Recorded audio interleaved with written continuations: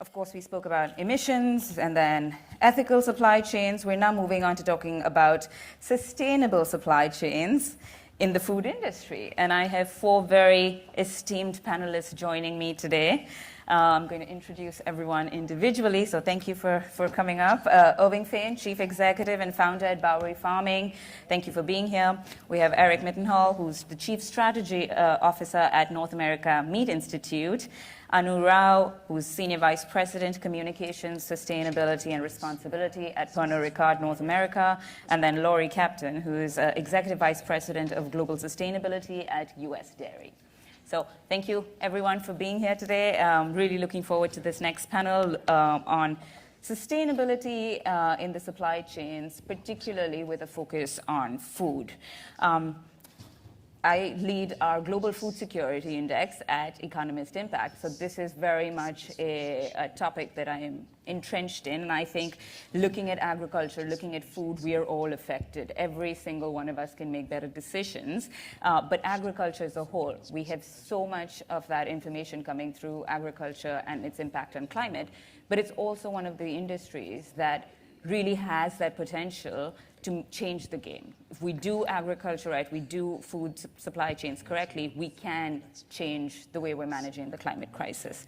So obviously there are a lot of issues. We work globally with multiple smallholder farmers in the food space. Being able to aggregate that information, even understand where that food's coming from is a whole other discussion. But as we're looking at specifically the challenges in the food space, what's the role of standardization? What should producers information? What should food producers be asking for? What can they learn from one another? And how do we collaborate and engage with all our stakeholders in this space? So thanks very much for being here. I'm looking forward to talking about this with you all. But to kick us off and to start, there are lots of layers, as I said, right? There's so much heterogeneity in the food space, so much fragmentation. But can we talk a little bit about technology? Because I feel like, again, we've talked about it in Scope 3, we've talked about it in ethical supply chains. But Irving, I'd like to talk to you a little bit from a production perspective. What's the role of technology in food, making food more sustainable? Yeah, just to draft off one of the points you brought up, I would actually say not only is making a more sustainable food supply chain something that's important, I think it's imperative to be able to reach our climate goals. And when you actually look at the broad scope of GHG emissions that come from food and agriculture at large, it's a couple of percentage points behind energy. And so there is no path to net zero that doesn't lead directly through decarbonizing the food supply chain and the food and agricultural supply chain. It's critically important, and I think to your question about technology, we've actually seen a number of other industries, and you sort of look at the broad energy and transportation sector, they've leveraged technology fantastically well. You look back at renewable energy in general, you look at what's happening now with direct air capture and carbon capture in general, you look at nuclear fusion and some of the technologies that are now really emerging, and then you look at everything happening in electric vehicles, and you see this incredible technical evolution that exists alongside an incumbent traditional industry at the same point. And we need to do the same thing in agriculture. You can't change things full stop right away, but technology is an opportunity and a source for new ideas, new ways of doing things, and new innovation, and we need to really embrace that. And there's so many ways and places that sustainable, technologically driven agriculture are emerging around the world and across the entirety of the supply chain. And it's really important for us to not only embrace that, but to support it and help it grow, because it will ultimately help all of us up on the stage, and it will help all of us in this room. Great.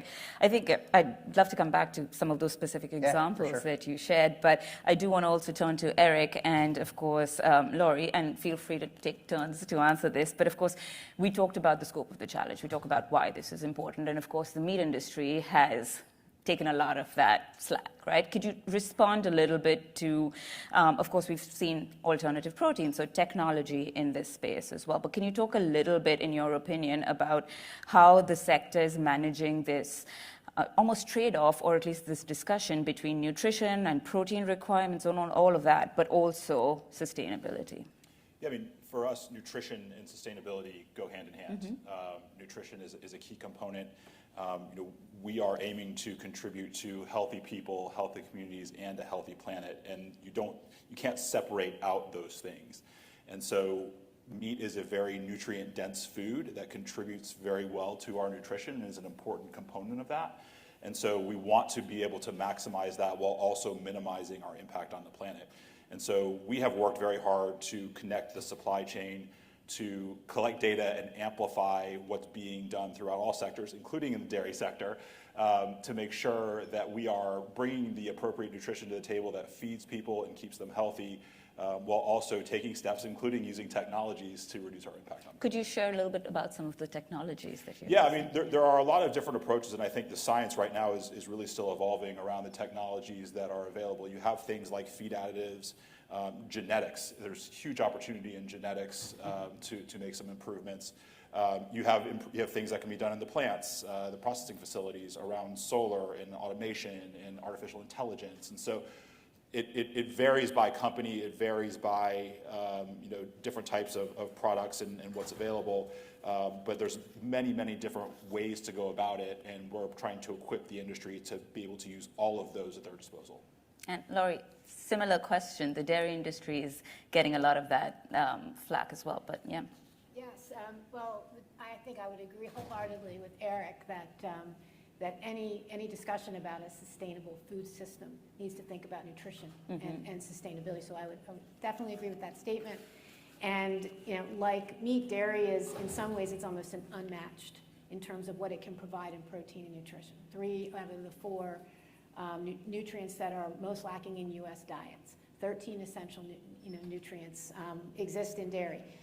As Americans, we get 50% of our calcium, potassium from things like milk, cheese, yogurt, and in my case, ice cream. But absolutely a huge benefit in terms of the nutrition. From a sustainability side, similar to what the meat industry is doing, we are making significant progress.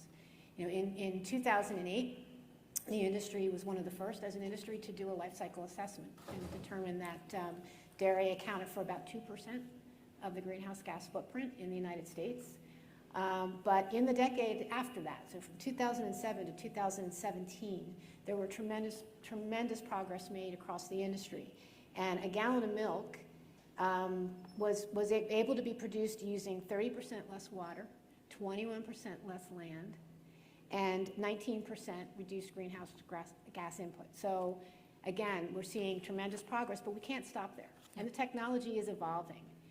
There are a lot of proven technologies that exist today that we can use, and some of them are not complicated, like things like cover crops.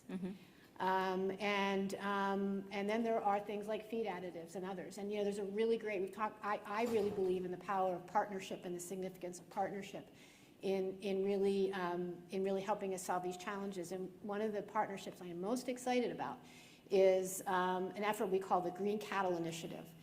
And that initiative is focused on enteric methane. And it may surprise you all to learn that the largest footprint for greenhouse gas emissions on a farm is enteric methane. And that is essentially comes from the digestion of the cow, when they belch. So that is our #1 issue that we need to deal with. And this coalition that we've built we've got about $5 million in it at this point, but more importantly, it's bringing all the different parties together.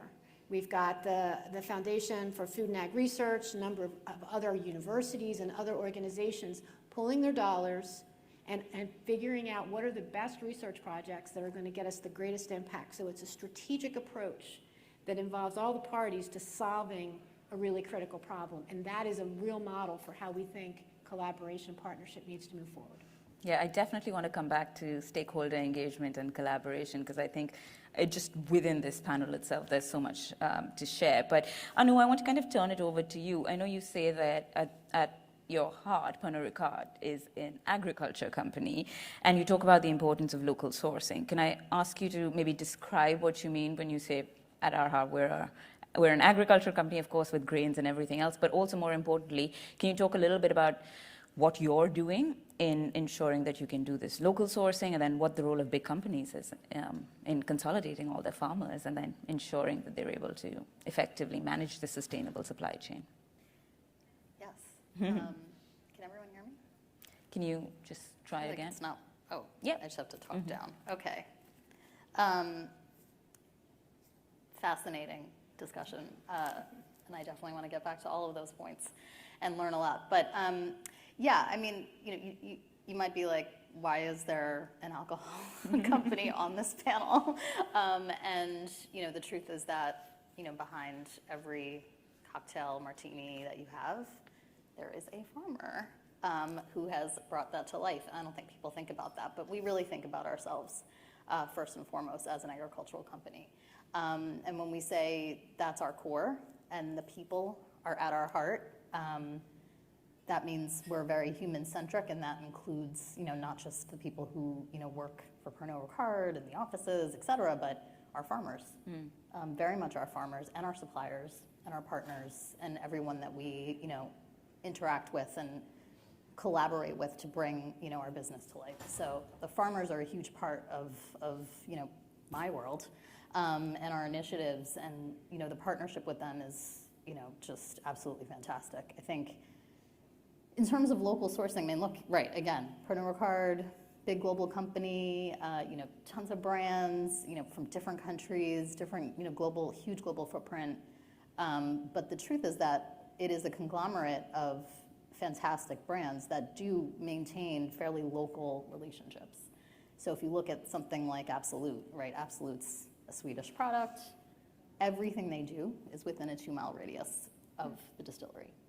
So yes, that is then exported for us to all enjoy, but the actual sourcing of those products stays very local, and so therefore there is the traceability, there is the relationship with the farmers.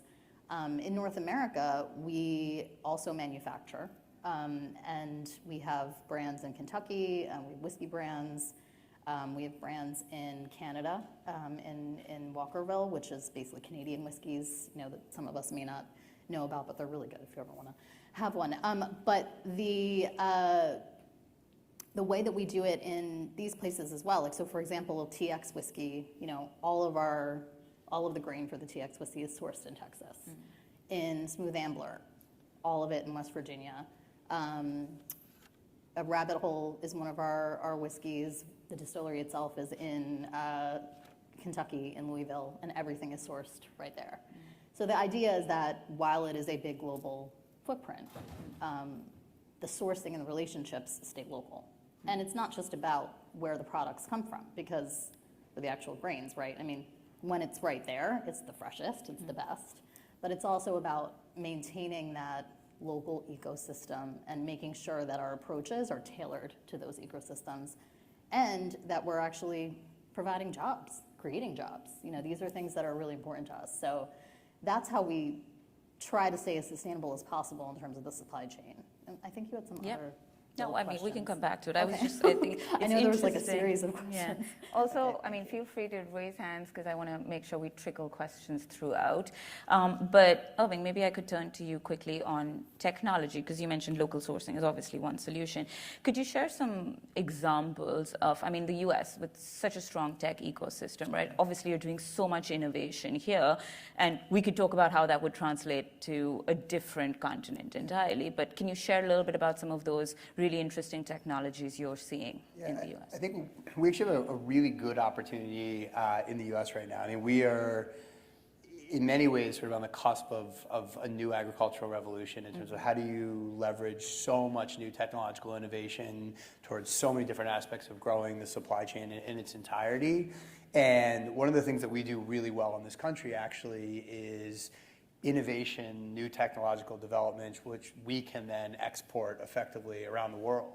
And one of the reasons we do that is because we have a really rich ecosystem of private investment and support around that type of technological development. And since I started Bowery about 8 years ago, like, it's pretty amazing to see the amount of agriculture technology that's now being developed. I mean, it was a pretty nascent industry about a decade ago, and it's become quite robust, which I think actually is a reflection of how big the opportunity is and how important the opportunity is. And so that technology not only applies to this country, but it will apply around the world. And candidly, there's lots of development happening in other parts of the world as well, so it's far from unique to the US. But I mean, you could take up the whole rest of the time here, but just some examples. I mean, the really simple ones is you're seeing a lot happening from an autonomous perspective in terms of mechanization on the farm. So autonomous tractors and areas like that. And sometimes what you're seeing is that technology paired with using AI and computer vision to be more precise about how inputs are applied on the field. So making sure that herbicides or fungicides or insecticides or fertilizers are put down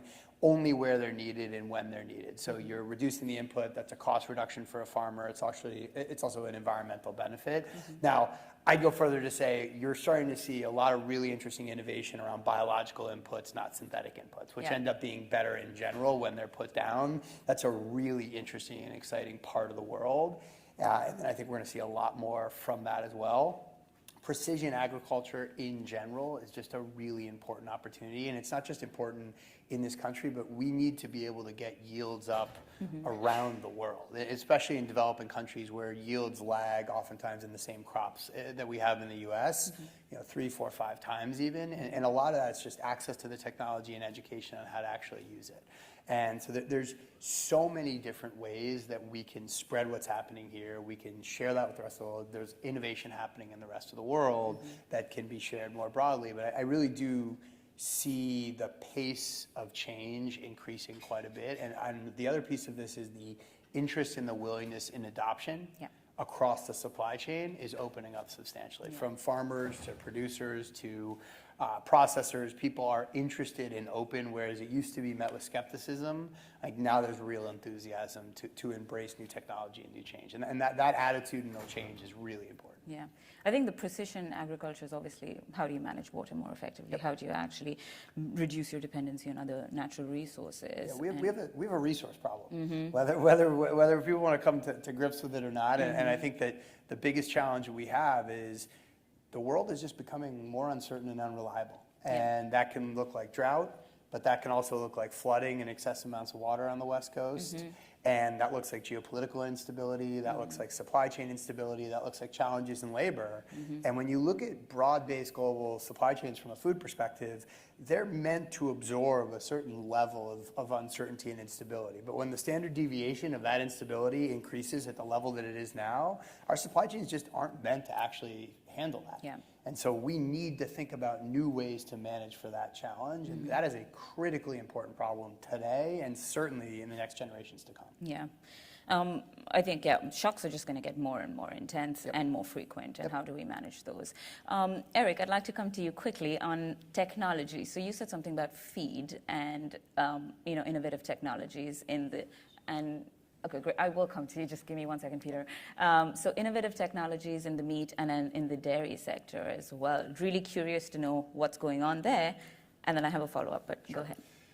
There's a lot of work, and I'm not a scientist, so I'm not necessarily going to get into all the weeds because I won't do it justice. But I think the one thing that I would say kind of build off of his points is that so much of what's discussed around agriculture and kind of predicted around agriculture is about status quo, and if status quo stays the same, here's what's going to happen. And I don't have an agricultural background. I've been working in the industry for about 15 years now, and one of the big takeaways I have within agriculture, and I see every single day, is that there's no such thing as status quo in agriculture, and every day, the industry is innovating and looking for opportunities to improve, and we see it over time. We see the adoptions of technologies and opportunities there, and that will only continue, and I agree, it is accelerating. And so everybody within agriculture is looking for the solutions that will help drive healthy people, healthy communities, and a healthy planet.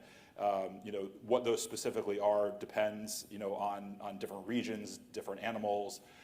There are so many variations in that, and so it's tough to get into all the specifics in the time that we have, but there is really no such thing as status quo. There will be improvements, and those will continue to be adopted. Laurie, anything to add? So my definition of an exciting technology is one that has an impact. And so in the dairy industry, there is incredible diversity in terms of farms. And I've been visiting farms all over the country in the year that I've been in this role. I've been to farms with 25 cows. I've been to farms with 10,000 cows. And what works on one farm does not work on another. Yeah. What I have seen at every farm is that everyone's doing something. You know, in some cases, they're focusing on water. You know, if you're in Colorado or Arizona, you know, water scarcity is a huge issue. How do you reuse your water? And we have situations where farmers are reusing their water 4 times because it's scarce. It's what they have to do. At a large farm, you might find a digester, which takes cow manure and turns it into renewable energy. And oh, by the way, it also takes in food waste that would otherwise go to a landfill. And one other interesting statistic is that cows actually eat non-edible food waste. It accounts for 1/3 of their diet. And so a cow is a technology advancement. And if those food waste went to a landfill, those emission reductions would be 49 times greater, or they're 49 times greater being consumed by the cow. If they went to compost, it would be 4.5 times greater. So there are a lot of exciting technologies, but to me, it's whatever works on your farm and in your geography. I do want to mention, though, I would say in the really exciting development area, feed additives, as Eric mentioned earlier. There's some really exciting work going on, and that gives right to that enteric methane, which I referenced earlier. You know, we're seeing some potential for feed additives reducing enteric emissions in the cows by double digits, really significant margins. Not all approved yet, but we're really excited about what we see there, and the genetics, the ability to really look at the breeding and how do you breed in a way that really helps with addressing some of these issues is also very exciting. So whole gamut from low tech to high tech. Yeah. In my opinion, a good technology is whatever works. Peter, did you have a question? Could we get a mic? Yes, thank you. Hello. Obviously, climate change is on top of mind of everyone, but we're also in a biodiversity crisis. And I was wondering, and I think agriculture is responsible for 70% of biodiversity loss worldwide. Is it something that you consider in your supply chain? Yeah, absolutely. Yep, we can hear you. Okay. I mean, when I say that we partner with our farmers, right? One of the ways that we do that is there are numerous ways, and just truthfully, helping to fund some initiatives around biodiversity, regenerative ag, and really making sure that the crops and everything around that we're creating those ecosystems and building that. So we've actually, built corridors around farms. We've come in to really help. Obviously, we're not doing the building, but we are working, in partnership with our farmers to increase biodiversity, because it only helps the crops, in the end. And a lot of times it does kind of fall off because it's not necessarily. It's important, but it's so where we can come in and sort of help to initiate those initiatives, the building of those corridors, and help to sort of offset costs and support, we do. So yeah, it's a huge importance to us.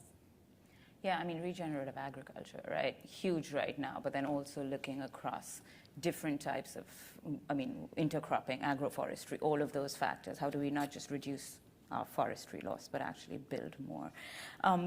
Any other questions in the audience before we? Yes. If you could just state your name and your organization, that would be great. So I'm Daniel Sierra from Puro Earth, and I have a question about one of the main assets, which is land, and whether land use intensity is something that you're thinking about. And related to this issue, whether you have thoughts on this discussion on whether bioenergy crops could also, pressure the supply chain of the food industry as well. Thank you. A lot of our business, one of the benefits that we can provide is a much smaller footprint from a land perspective, because we're essentially taking the entirety of a supply chain, which unfolds, thousands of miles, weeks and months of time, and many, many different players, and we collapse it into a building that we locate close to the customers and consumers that we serve, and we deliver our product within a day or so of harvest. And so because we can stack our crops from floor to ceiling, because we grow in a contained environment year round, we use technology to do this, we use a fraction of the land and a fraction of the water compared to traditional agriculture. And we're one solution set of many, but thinking about land use, when you look at the actual calculation of greenhouse gas emissions from food and agriculture, you actually have to take into account the land that's being used as well. And you have to take into account all the upstream land usage that goes into feed products, that goes into core products for any consumer product overall. And so thinking about how we can effectively and efficiently use the land is a critically important question that we need to wrestle down right now, really. So I think you're asking the right question. We can be a small part of that solution, but we're not going to solve that on our own. I mean, I would add animal agriculture is important in the land use conversation because animal agriculture uses marginal land that you can't necessarily grow crops on otherwise. And so there's a place for it there, and making sure you're using the land appropriately and effectively is an important piece of that. It plays into the biodiversity conversation as well. And so it's something that we are paying attention to and working with partners on the farm to ensure we're doing the right thing there. Can we talk a little about financing? Because some of the things that Irving mentioned are expensive and, of course, not always necessarily as investment friendly. So I also kind of want to maybe a little bit on alcohol, a little bit on meat and dairy, but as you're seeing a lot of that pressure, or it's not anti-consumers or anti-sentiment from consumers, but there is pressure. How easy is it to get financing? Do you have to make the case more? What are you looking to do when you speak to investors to get some of that innovative practice technologies financed at a broad scale? Go ahead, Lauren. Sure. Yeah. I'm going to come back to my concept of partnerships. Yeah. And the food value chain is at least as interdependent in terms of its ability to achieve its greenhouse gas emission reductions as any other industry. And if you look at the food companies, they've all set goals for their reductions, and none of them will meet their goals if the farm doesn't meet its goals. And if the farm, that's where a significant opportunity exists. And so we've been able to partner throughout our value chain, but in particular with food companies like Nestle and Starbucks are two of our marquee partners. And we're really working to do pilot. We've got pilot farms all over the country, about half a dozen at this point. And our goal is to take those farms to net zero in their emissions. And what does it take? And what technologies are we going to be able to employ? And then we measure. We measure what's the impact of these technologies, what's the economic implications of these technologies, and how feasible is it to scale these technologies on, more broadly. We couldn't do that work without our partners, in the food value chain, because the farmers just simply couldn't afford some of these technologies. And so it's a wonderful partnership, and it's really how we're proving out and testing these technologies. And then we have. I have to give a good shout out to the U.S. government and USDA. The Climate Smart grants are a real game changer because the technology that we're developing and proving on these farms it's absolutely essential work. But at the end of the day, it's about what gets put on the farm and what technologies and practices get employed and able to scale. I mean, this, I don't know. I think the dairy industry got close to $300 million. In project money, various parties, about 11 different projects, but that money is going to go to scale up technologies. It's a real game changer, and we're really grateful for the partnership with the U.S. government on that. Yeah, so I guess partnerships go hand in hand also financial investments, right? At the end of the day, are you incentivizing if farmers meet climate goals, give them better financing rates? Is that something that happens? Yeah. Eric. Yeah, I mean, I think the example of USDA is a great one, and the amount that's been invested there, not just in dairy, but in beef and pork and other commodities as well, is substantial, and it comes down to getting getting better adoption on the farm, getting technologies on the farm, and ensuring data gets back to different elements of the supply chain as well. And so, it is about those partnerships, and it's happening very similarly in our sector. Yeah. Anu, anything to add? I mean, I would say we are the partner. Yeah. In this scenario, right? Yeah. So, we have employed our competitors, to work together, right, to fund these kinds of initiatives. I mean, I sit on the board of not the board, sorry, on the sustainability committee of DISCUS, which is the Distilled Spirits Council of the U.S. So it's our trade association, essentially. And we talk about this ad nauseum. How can we work together to advance our industry and support farmers in these needs that they have that they can't fund? So 100% kind of on the other side of it, right? But the same intent, which is this, this partnership across competition, but also with the farmers and with these local communities. And I love what you said. Everyone has its own bespoke approach. There is no blanket, right? So we have to go in and say, okay, what makes sense here? Okay, regen ag. Okay, great. We're going to fund initiatives for this, or looking at crop trials. We're doing that with our farmers as well. So I think we're on the side of believing in the cause from a business continuity perspective because it's the right thing, et cetera, et cetera. And so we do invest, absolutely. Nothing, anything to add in terms of being the partners to some degree? I think that there's a combination. I mean, we're in a bit of a different world than the other three. Like, we've initially relied on private capital to help build the business and build Bowery and build our core technology. That was the right place for us to start. Increasingly, we're having conversations about what is the state level and federal level support of the next generation of food infrastructure look like? Because if you look across, I was saying this before, you look across all the major infrastructure projects in this country, whether it be energy, whether it be 5G and cable, you can look way back. There was always a level of federal support that played into not the initiation of it, but the acceleration of it and the expansion of it. And I think now that you're seeing the initiation of a lot of core technologies, there's a role for the federal and the state governments to play to say, how can we amplify this? How can we help this happen faster? How can we help it happen more efficiently? How can we support the rollout and the expansion of these technologies? I think that there's a lot of government programs focused on traditional agriculture, traditional ways of growing, traditional technologies. And there's a real opportunity for us to say, okay, well, what's the next generation going to look like? And how do we support that as well? Yeah. Not at the exclusion of the way things have been done, but alongside that. Yeah. And that's really going to be pretty important in the coming years. Yeah. Any other audience questions? Yeah, right there.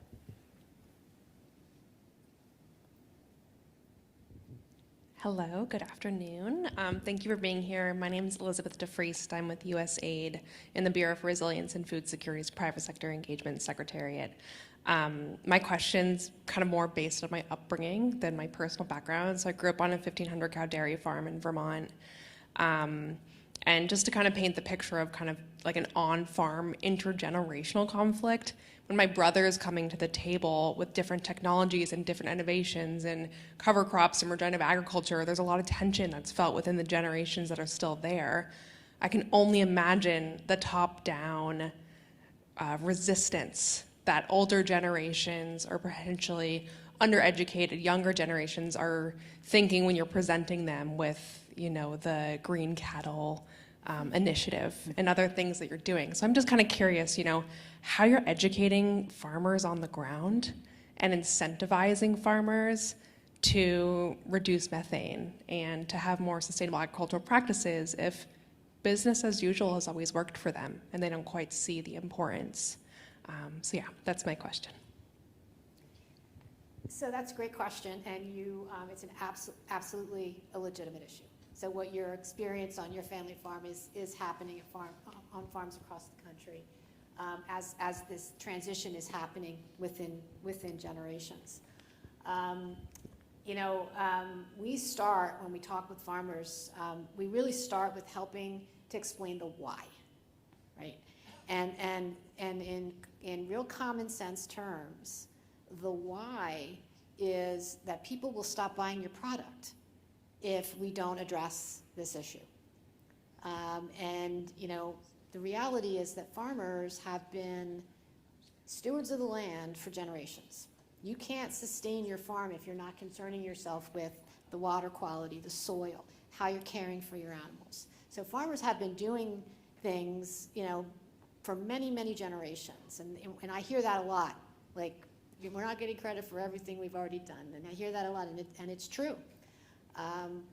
But there's more that we have to do, and there's a bigger hill that we have to climb. So it's really about helping them understand why it matters, helping them get access to the resources to understand what technologies might work on their farm. And we've actually created a graphic that we call the environmental journey. And it's every step in the journey, from assessing your own footprint to understanding what technology options could work for you, to how do you help get funding, you know, if for those technology, you know, some of those technology options. How do you measure and report? And then maybe at the end, how do you capture revenue? You know, things like carbon credits, there's real opportunities for some of the work that farmers are doing for them to capture some revenue, and that whole picture is what really makes the economic story pan out. Once the economic story pans out, it's a much less of a hard sell. You know, as any human nature situation would be. But great question. Thank you for asking. Do you have anything to add? Yeah, I think the challenge is, like, the one thing I would question a little bit is, I'm not actually sure that what we've been doing for the last set of decades has been working so well.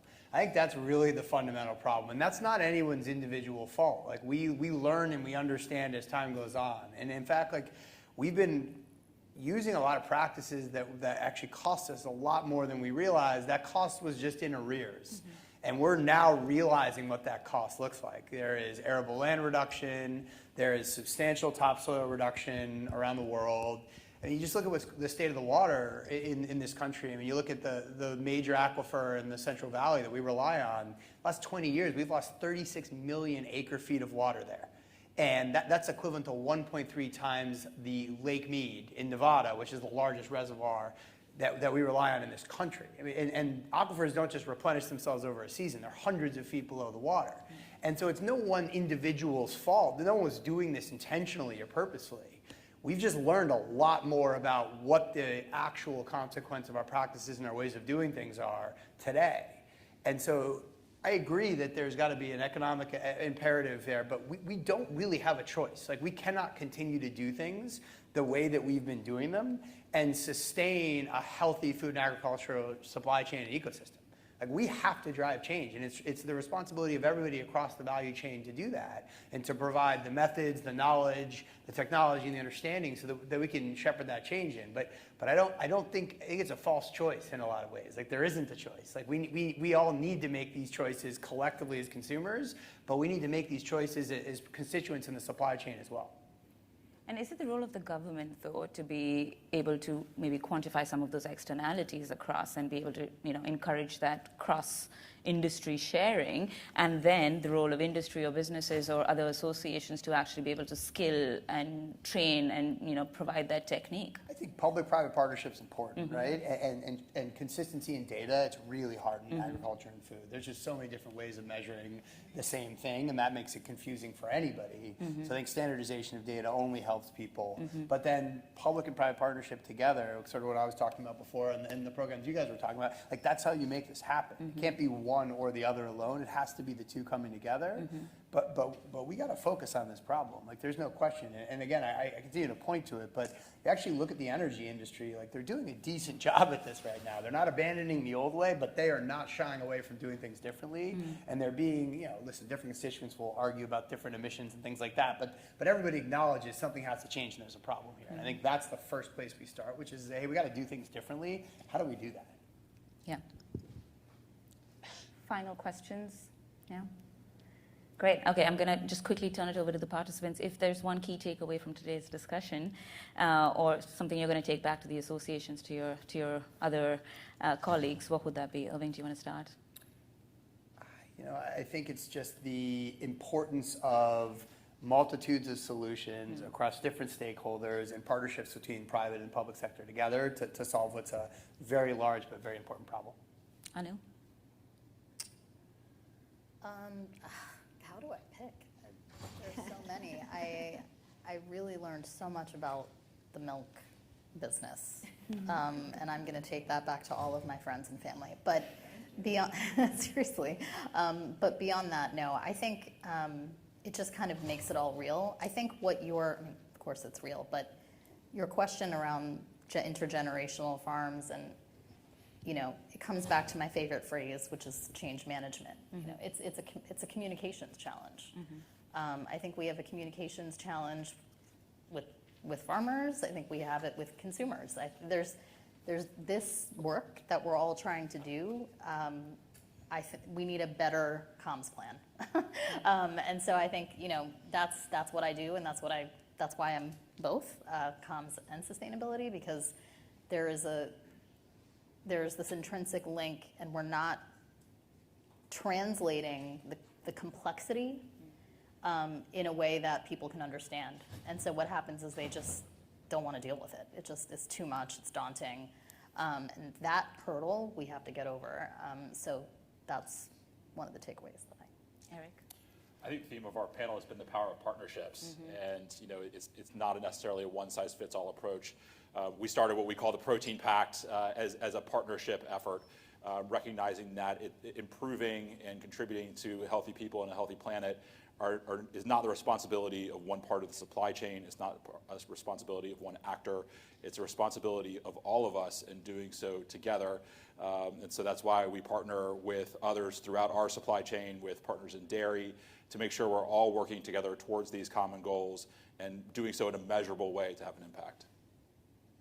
So going forth is always tough because everyone else steals your thunder that went before you. So I was going to say all those things, but I would kind of end with in the food value chain, the farmer's really central, and really working with thinking of the farmer as central, and the consumer in a sense, the farmer and the consumer, the two ends of the spectrum. And bringing those needs together and really working and helping farmers achieve their goals, that's gonna make a significant impact on the entire food value chain. So, Thank you. thank your farmer. On that note, exactly, we're all consumers, so think about the farmer when you eat. And drink, yes. But on that note, thank you, everyone. You've been a great audience. You've been a great panel. I'm going to ask you to stay here and invite Kurt Harrison, my colleague, up on stage for the next panel. But thank you for sharing your insights. Thanks. Yeah, thanks.